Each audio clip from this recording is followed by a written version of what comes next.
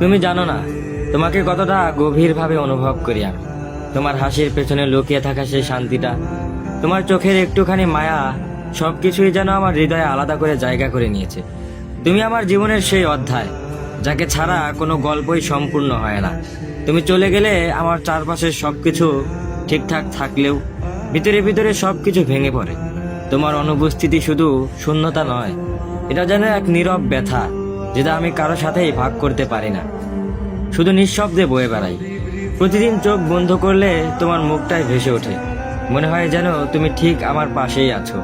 কিন্তু চোখ খুললেই বাস্তবতার কঠিন দেয়ালটা সামনে এসে দাঁড়ায়। তুমি শুধু আমার প্রিয় মানুষ নও, তুমি আমার অনুভূতির ঠিকানা, আমার ভালোবাসার নীরব প্রতিচ্ছবি, আমার প্রতিদিনের অজানা শক্তি। যদি পারো এই হৃদয়ের না বলা কথাগুলো একবার গভীরভাবে অনুভব করো, কারণ সেখানে শুধু ভালোবাসি নয়, আছে সারা জীবনের এক নিঃশর্ত প্রতিশ্রুতি।